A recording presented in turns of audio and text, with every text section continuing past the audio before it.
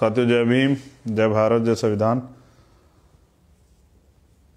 पिछली बार तो आवाज़ नहीं आ रही थी तो मुझे दोबारा लाइव शुरू करना पड़ा कि आप आसानी से जो है जो बातें मैंने कही वो आप तक पहुंच जाए और आपको सुन लें। एक बार कोई एक साथी ये बता दे कि आवाज़ आ रही है नहीं आ रही है।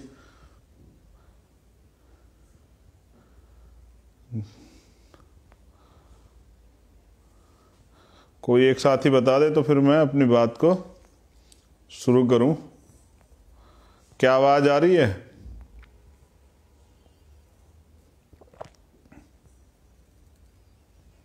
टीशू बताना जरा, आवाज़ आ रही है क्या? टीशू कुमार वालिया उत्तराखंड से हमारे छोटे भाई, क्या आवाज़ आ रही है? बस ये बता दो एक बार।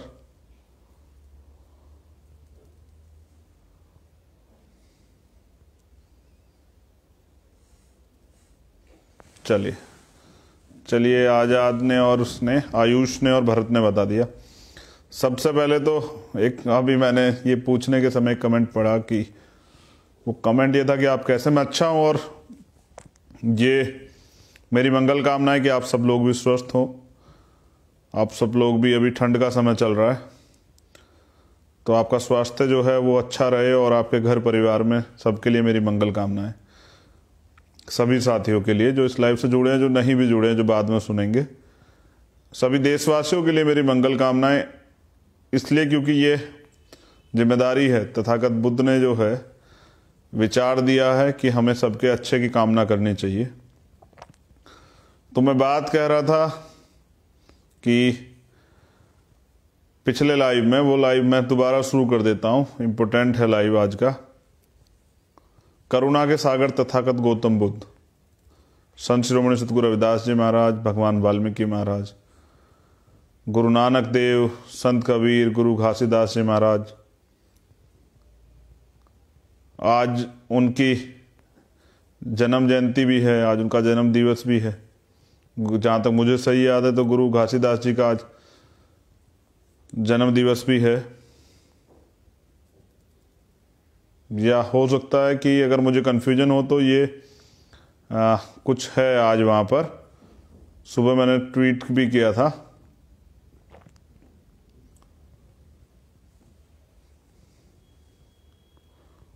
तो उनका शायद आज परिनिर्वाण दिवस हो सकता है। कन्फ्यूजन के लिए माफ़ी चाहता हूँ। मैं आज के जो लाइव है वो बहुत इम्पोर्टेंट है। तो बहुजन समाज में जन्मे सभी संतों, गुरुओं, महापुरुषों को नमन करता हूँ। आप सब लोग जुड़ चुके हैं। उसके साथ ही एक बहुजन विचारधारा के जो महापुरुष हुए हैं, संतों के साथ महापुरुष, छत्रपति साहू जी महाराज, शिवाजी महाराज, राष्ट्रपिता ज्योतिबा फूले, माँ सावित्रीबाई फूले, माँ फातिमा शेख, बाबू जगदेव प्रसाद कुशवाहा, जननायक कपूरी ठाकुर, पेरियार लल्लई यादव, पेरियार रामानाकर स्वामी, संत गाडगे जी महाराज, गुरु नारायण स्वामी, बिरसा मुंडा,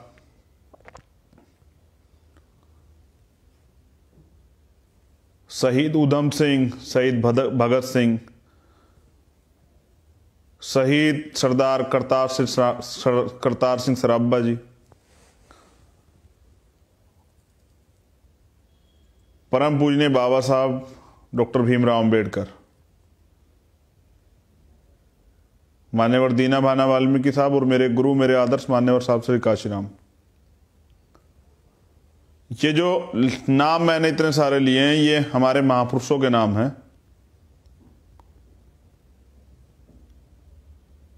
और ये मैंने आपसे इसलिए लिए कि हम लोग इनको इसलिए मानते हैं कि सबने परिवर्तन की लड़ाई लड़ी और विचार दिया, और हम सब लोग जो आपस में जुड़े हुए हैं वो भी विचार से जुड़े हुए हैं। ये जो विचार है जो लंबे समय के लिए हमें जोड़ता है। और मेरी एक तकलीफ है, मैं आपसे बयां करना चाहता हूं। और इसलिए क्योंकि सकारात्मक दृष्टिकोण बहुत जरूरी है। कट्टरता किसी भी धर्म मजहब के लिए खतरनाक है, चाहे वो कोई सा मजहब हो, चाहे वो अम्बेडकरवाद भी। कट्टरता खतरनाक होती। तो मैं आज का जो लाइव है उसके विषय में आपसे चर्चा करूंगा, बात करूंगा। दो बहुत मोस्ट इंपोर्टेंट बातें हैं। एक बात की मुझे पूरी जानकारी, अभी चार्जशीट दायर हुई है हाथरस मामले में, उसकी पूरी जानकारी नहीं अभी आई है।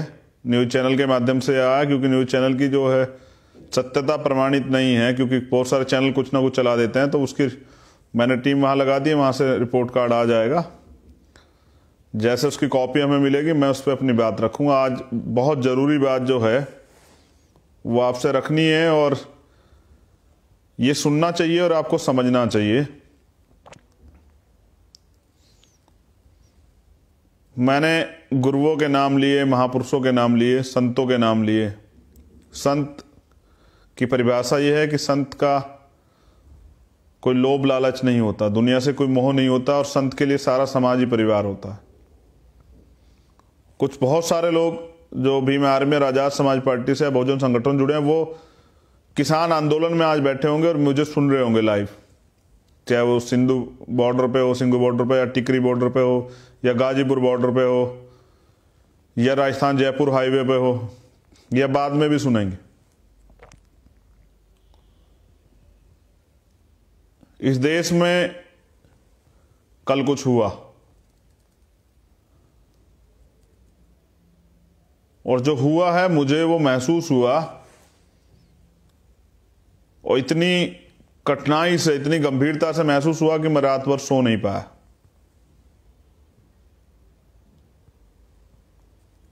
किसान आंदोलन चल रहा है पूरे देश में, अन्नदाता सड़कों पे है।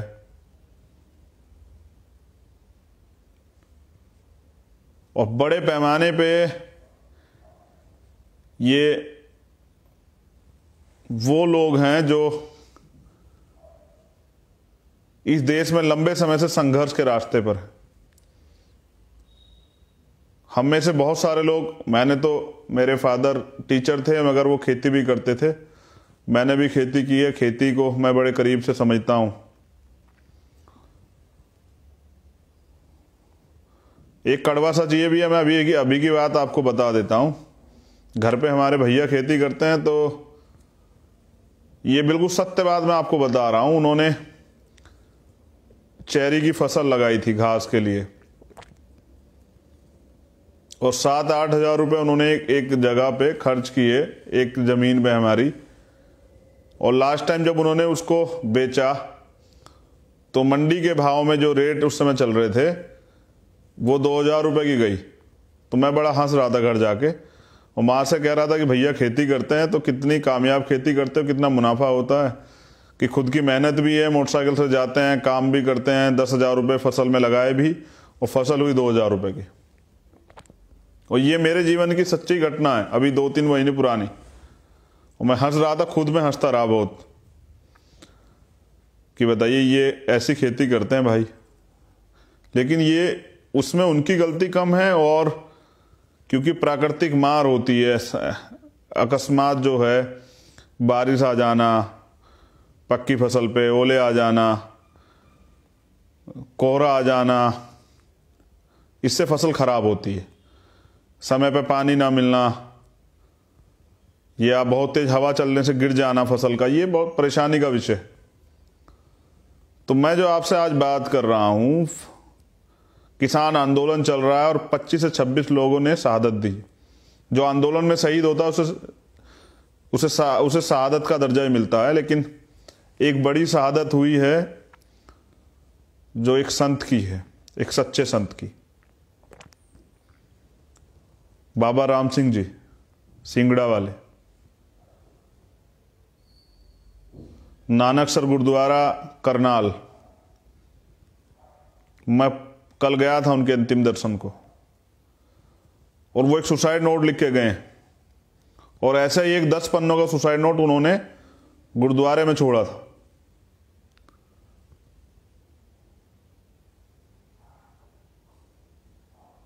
चिंतन करना, रास्ता दिखाना गुरुओं का काम होता है, संतों का काम होता है, समाज को रास्ता दिखाना अच्छाई का। वो परेशान हुए, उनके लेटर को एक बार वो पंजाब में भी लिखा हुआ था, लेकिन सुन लीजिए, उन्होंने लिखा कि किसान आंदोलन चल रहा है और किसान पिछले 3-4 महीने से आंदोलन में। वो सिंघू बॉर्डर गए और वहां के जीवन को देखा। अभी आपके यहाँ टेम्परेचर आप नोट करेंगे, रात में 7, 8, 9, 10, 11, 12, 3, 4 तक जा रहा है। कड़ाके की ठंड होती है। कमरे से रात में निकलना पड़ जाए, कोई आ जाए उसको देखने जाना पड़ जाए तो बड़ी कठिनाई होती है। लेकिन जो लोग आंदोलन में हैं वो खुले आसमान के नीचे रह रहे हैं, पेट्रोल पंप पे, सड़क पर, तंबू लगा के, ट्रैक्टर ट्रॉलियों में, टेंटों में। शीत का समय, इसीलिए तो कमाता है आदमी कि अपने जीवन की सुरक्षा कर सके, अपने बच्चों का भविष्य बना सके, अपने लिए संसाधन इकट्ठा कर सके। तो बाबा जी ने इसे करीब से महसूस किया और उनको समझ आया कि कितना बड़ा छल जो है सरकार ने किया है, और वो तकलीफ जो है वो देख नहीं पाए। कहना बड़ा आसान होता है, करीब से जब आदमी अपने जीवन में जिसके ऊपर गुजरती है उसको पता लगता है। तो बाबा जी ने लेटर में लिखा कि सब लोग अपनी अपनी तरफ से सेवा कर रहे हैं, सब लोग अपनी अपनी तरफ से आंदोलन में हिस्सेदारी कर रहे हैं। कोई मेडल वापस लौटा रहा है, कोई मांग कर रहा है, कोई सड़क पे आंदोलन में है, किसी के ऊपर पानी के फुहारे लगे, किसी ने लाठियां खाई, किसी ने आंसू गैस के गोले सहन किए। हमारी बहनें, हमारी बच्चियां, हमारी दादियां, हमारी चाचियां वहां सब लोग रोड पे हैं। हमारे दादा, चाचा, भैया, छोटे भाई, बड़े भाई, सब लोग हैं वहां आंदोलन में। तो उन्होंने कहा सब लोग अपना अपना जो भी हकदारी, हिस्सेदारी बनती है आंदोलन में वो निभा रहे हैं। और मैं कायरता से सुसाइड नहीं कर रहा हूं, मैं बलिदान दे रहा हूं, मैं शहादत दे रहा हूं, मैं अपने शरीर को आंदोलन में समर्पित कर रहा हूं। क्योंकि रास्ता नहीं नजर आ रहा था, क्योंकि सरकार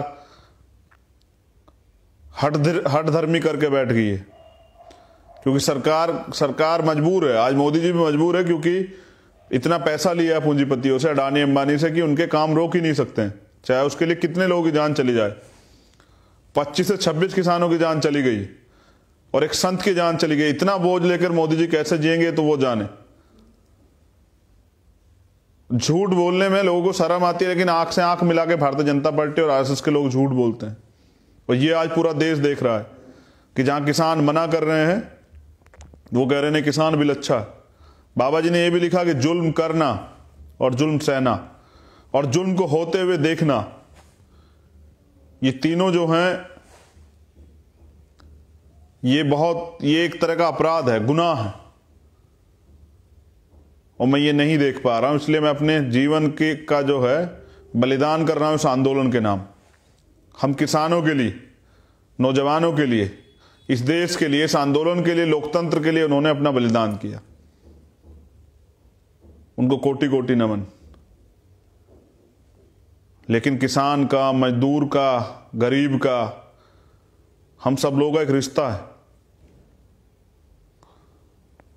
इस बिल की गहराई को आप लोग, जो लोग नहीं समझ पाए, उनको ये समझना चाहिए कि पहले बिल अनकॉन्स्टिट्यूशनल है। हमने CA-NPR NRC की लड़ाई लड़ी क्योंकि वो संविधान के खिलाफ थी, और ये लड़ाई भी संविधान के खिलाफ है। ये संविधान को जो है, संविधान को बचाने की है, क्योंकि ये जो खेती का इसका फसल का मामला है, ये स्टेट का मामला है। सेंटर इस पर अपनी पॉलिसी जबरदस्ती थोप रहा है, और यही किसान मांग कर रहे हैं।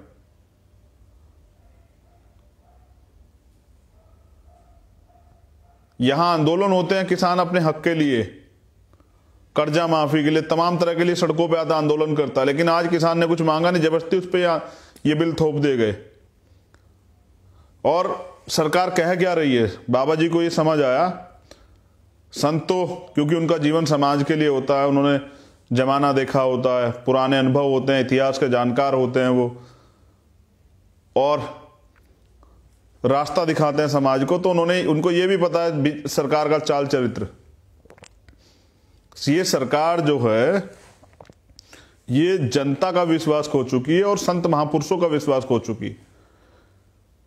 ये इतनी निकम्मी सरकार है, झूठी सरकार है, और उनके नेता तमाम लोग भ्रष्ट हैं, लालची लोभी लोग बैठे हैं सत्ता में।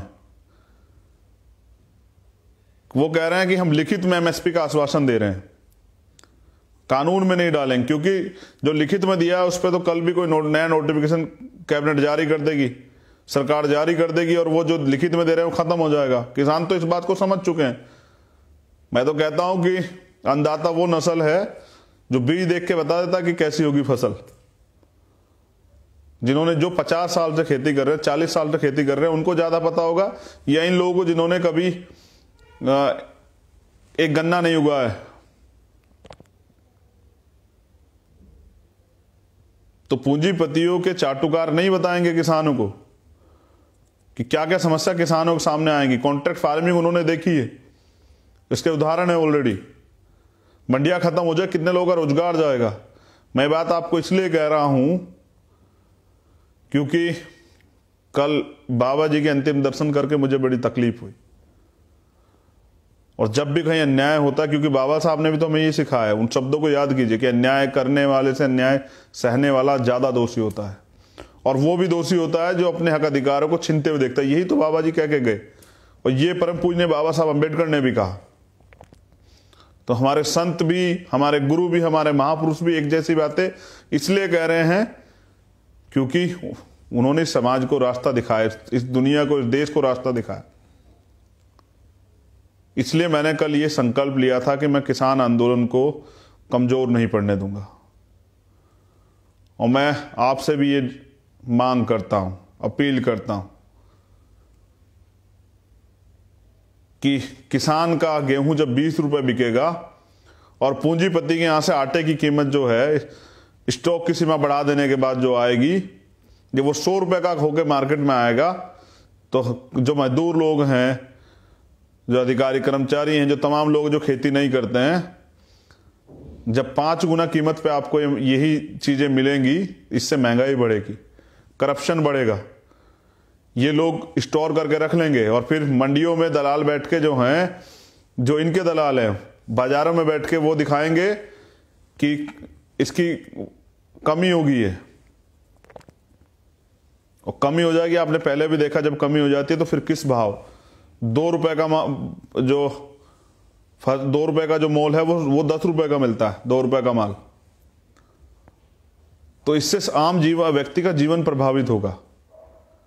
इससे गरीबों को, पहले ही देश गरीब है, देश तो नहीं गरीब है, लेकिन इन्होंने भ्रष्ट नेताओं ने गरीब कर दिया है लूट लूट के। इसलिए किसान उन पर भरोसा नहीं कर रहे। उनका वो भरोसा करे ही क्यों? झूठ का भरोसा वो क्यों करें? मैं इसलिए आपसे अपील कर रहा हूं कि आज हमें किसानों के साथ खड़ा होना चाहिए। मैं पंजाब और हरियाणा के अपने साथियों से अपील करता हूं, यूपी के साथियों से भी, कि जहां किसान आंदोलन को बल देने के लिए वो घर से निकले और इस आंदोलन को बल दें।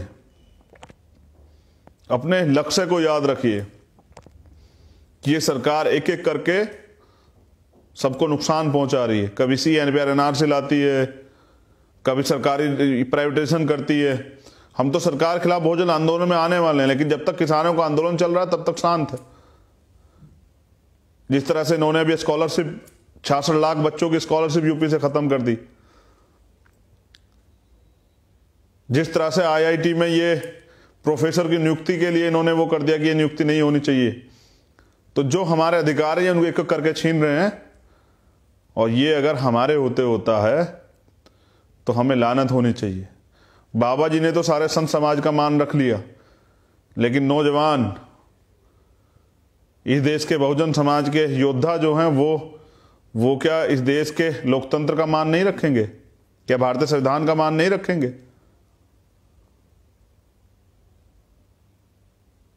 हम घरों में, रजाई में हैं, और वो लोग सड़कों पे लड़ रहे हैं, संघर्ष कर रहे हैं, अपने संतों, महापुरुषों, गुरुओं की विरासत को, संघर्ष की विरासत को आगे बढ़ा रहे हैं, बलिदान दे रहे हैं। आज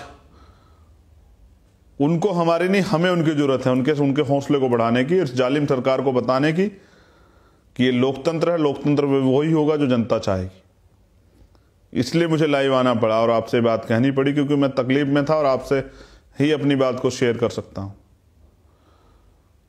अपना दुख आपके बीच में रख के मेरा मन भी थोड़ा सा हल्का हो गया। एक संत को अगर बलिदान देना पड़ जाए तो समझिए कि संघर्ष का रास्ता कठिन है। और जैसा मैंने कहा, वो तो ऐसे संत थे कि जिनको कोई मतलब ही नहीं था किसी भी तरह के लोभ लालच से। उनको बलिदान देके उन्होंने हमें गुलाम भारत की याद दिलाई है।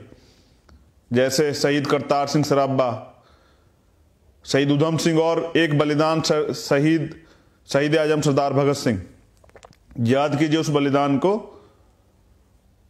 वो चाहते तो बम जो असेंबली में फेंका गया था उससे वापस आ सकते थे फेंक कर उसको, लेकिन वो रुके। जैसे आज सिंघू बॉर्डर पे रुके मैं लोग, और वो रुके और उन्होंने अपने आंदोलन को जनता तक के बीच तक पहुंचाया। और किसी कारण से ये आंदोलन जनता के बीच नहीं पहुंच रहा है तो मेरी जिम्मेदारी, क्योंकि मैं 30 करोड़ लोगों को रिप्रेजेंट करता हूं। अगर मैं दलित समाज की बात करूं, इस देश में 30 करोड़ की आबादी, लेकिन मैं बहुजन समाज की बात करता हूं, 100 करोड़ आबादी की बात, कि हमें 100 करोड़ लोगों को जगाना है। लेकिन मैं जो बात कह रहा था शहीद आजम के विषय में, उन्होंने कहा कि मेरा रास्ता यह है कि मुझे लोगों को जगाना है, और बाबा जी ने वही किया। उस समय हंसते हुए हमारे क्रांतिकारियों ने फांसी का फंदा कबूल किया, चूमा उसको, इनकलाब जिंदाबाद के नारे लगाए, जैसे हम जय भीम के नारे लगाते हैं, वाहेगुरु जी का फालसा, वाहेगुरु जी की फतेह के नारे लगाते हैं, जय भीम जय भारत के नारे लगाते हैं, भारतीय संविधान जिंदाबाद के नारे लगाते हैं, जय गुरुदेव धन गुरुदेव के नारे लगाते हैं। तो वो चूमा फांसी का फंदा किसके लिए? कि मेरे देश के नौजवान, मेरे देश की जनता जाग जाए। बाबा जी ने भी ये जो बलिदान दिया है, ये हमें और आपको जगाने के लिए दिया है कि आप लोग उस बलिदान को व्यर्थ ना जाने दें उसकी, और जागें और इस जालिम सरकार के खिलाफ खड़े होकर इस आंदोलन को मजबूत करें। ये अंग्रेजों से भी ज्यादा खतरनाक है। अंग्रेजों में तो न्याय करने की नीयत होती है, इनमें तो वो भी नहीं है।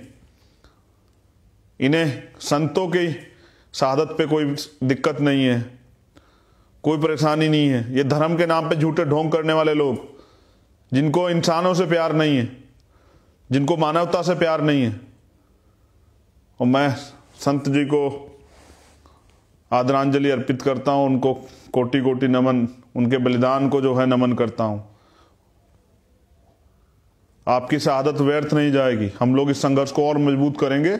और मैं धन्यवाद देता हूं उन सभी किसान भाइयों को और आंदोलनकारियों को जो सभी बॉर्डर पे या देश के किसी भी कोने में सरकार की हठधर्मिता के खिलाफ, सरकार के झूठ के खिलाफ लड़ रहे हैं, संघर्ष कर रहे हैं अपने हक के लिए।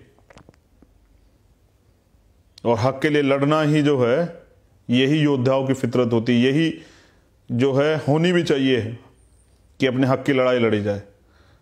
और हक की लड़ाई एसी के कमरों में बैठ के नहीं लड़ी जाती साहब, घरों में बैठ के नहीं लड़ी, सड़क पे लड़ी जाती। और ये काशीराम साहब ने भी कहा कि जब आप संसद में, विधानसभा बहुमत में, तो सड़क पे बहुमत में रहना। हमारे अन्य बहुजन नेताओं ने कहा, एक और हमारे बहुजन नेता हुए, उन्होंने कहा कि सड़कें जब सुनसान होती है तो संसद तानाशाह हो जाती है। और ये तानाशाही तो कर रहे हैं। इस तानाशाही को रोकने के लिए, जुल्म जाति को रोकने के लिए और अपने संतों के बलिदान को अमर करने के लिए, संत जी तो हमारे बीच में अमर रहेंगे हमेशा, लेकिन उनका बलिदान याद किया जाएगा ऐसे समय में जो उन्होंने आंदोलन में दिया। लेकिन हमें जागना पड़ेगा। इसलिए मैं अपने लोगों से अपील करूंगा, अपने सभी साथियों से अपील करूंगा, इस आंदोलन को मजबूत करें और किसान भाइयों के हौसले बढ़ाएं। उनके साथ खड़े होकर अपने गुरुओं महापुरुषों के रास्ते को जो है स्वीकार करें, आगे बढ़ें, उस पर एकता बनाएं और जालिम सरकार के खिलाफ लड़ें।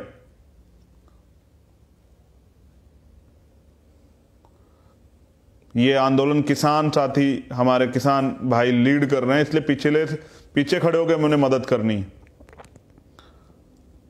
अगर मुझे अवसर मिलता तो मैं सबसे आगे खड़ा होकर इसको लीड करता और बलिदान देना पड़ता तो हम बलिदान देते, हमारे संतों गुरुओं को बलिदान नहीं देना पड़ता। लेकिन मैं आपसे अपील करूंगा, बारंबार अपील करूंगा कि आप इस बात को समझें और आंदोलन को मजबूत करें। इस तानाशाही सरकार को ये बताएं कि झूठ के पैर नहीं होते और सत्य जो है परेशान हो सकता है, पराजित नहीं हो सकता। और मुझे उम्मीद है कि किसान आंदोलन में किसान भाइयों की जीत होगी और ये जालिम सरकार हारेगी। मैं सभी आंदोलनकारियों से भी निवेदन करूंगा कि वो धैर्य और शांति बना के रखें। जैसे अपने आंदोलन को चलाते आए हैं ऐसे चलाते रहें और धीरे धीरे जन समर्थन आपके साथ तैयार हो रहा है और एक दिन बहुत जल्द ऐसा आएगा कि पूरा देश आपके साथ खड़ा हो जाएगा। इन जालिमों निकम्मों के साथ जो है, झूठों के साथ कोई नहीं खड़ा होगा। अभी जो लोग अपनी निजी स्वार्थ में इनके साथ है वो भी लौट आएंगे इनके पास से। इतना समय मुझे सुनने के लिए हजारों लोग जो सुन रहे हैं उनको बहुत बहुत हृदय गहराई से आभार। जैसे ही हाथरस मामले की जो चार्जशीट पेश हुई है वो मेरे पास आ जाएगी, मैं बहुत जल्द उस पर अपनी बात रखूंगा। अभी तो चार्जशीट में ये है कि ये जानकारी है कि एफआईआर जो दर्ज हुई है वो हत्या, रेप और बाकी जो धाराएं उसमें लगाई गई हैं। बाकी जो भी सूचना है वो जारी रहेगी, लेकिन मेरी विनती है कि आप लोग इस आंदोलन में जुड़े और मजबूत करें और सहयोगी की भूमिका बनके जो है इसमें समर्थन करें। जन समर्थन ही एक आंदोलन सबसे बड़ी ताकत होती है और ये सिर्फ किसानों का नहीं, ये देश का आंदोलन है, पूरे भारत का आंदोलन है। और भारत के वीर क्रांतिकारियों को नमन और किसान आंदोलन पे संघर्ष करे सभी साथियों को नमन। जय भीम, जय भारत, जय संविधान। आपका भाई चंद्रशेखर आजाद आपसे अपील कर रहा है, इसमें सहयोग कीजिए। स्पेशल हरियाणा, पंजाब, राजस्थान और उत्तर प्रदेश के साथियों से निवेदन, कमर कसी और जालिम सरकार को बताइए कि बलिदान देने का जज्बा हमारे गुरुओं ने बहुत लंबे समय से जो है विरासत में हमें दिया है, उससे पीछे नहीं हटेंगे, लेकिन जालिम सरकार को झुकना पड़ेगा।